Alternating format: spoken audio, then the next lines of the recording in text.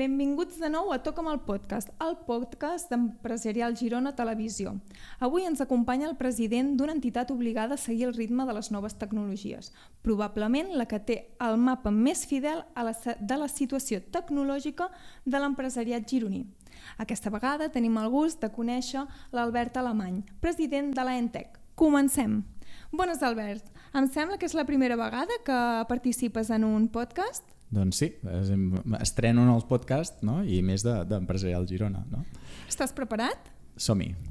Doncs explica'ns, a què es dedica exactament l'ENTEC? L'ENTEC és una associació d'empresaris i professionals del sector digital.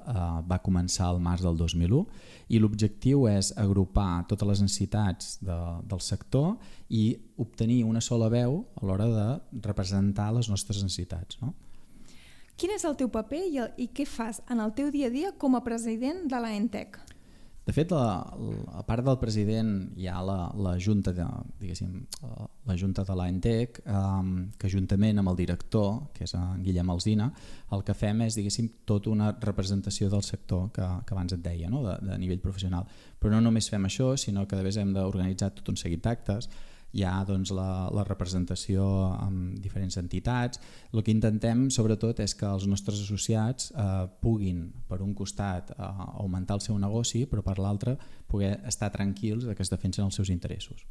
L'altre seria que cada any nosaltres al mes de novembre fem els Premis ETEC, que animo a la gent que ens estigui escoltant i veient que presentin candidatures, perquè en aquests premis el que intentem és donar visibilitat a tots els projectes tecnològics que s'estan realitzant aquí a la província, que per sort cada any doncs, el nivell és més bo, tenim doncs, gent que està innovant molt en molts sectors i això nosaltres el que volem és donar-li la visibilitat que li pertoca. No? La principal novetat ara mateix és la intel·ligència artificial i les seves aplicacions. I esteu treballant des del sector tecnològic? Com ho enfoqueu? Sí, com totes les innovacions, en aquest cas la intel·ligència artificial ja ve de fa molts anys i ja hi havia empreses del nostre sector que hi treballaven. El que ha fet aquest boom són els 2 últims anys, sobretot amb la innovació d'OpenAI, i el que es fa i s'està fent és com apliquem aquests nous mètodes a les empreses. No? Doncs moltíssimes gràcies, Albert, sobretot pel teu temps i per acompanyar-nos en aquesta secció d'Empresarial Girona Televisió. I ara és el vostre torn. Si tu també vols que et toquem el podcast, no et perdis el següent programa. Fins aviat!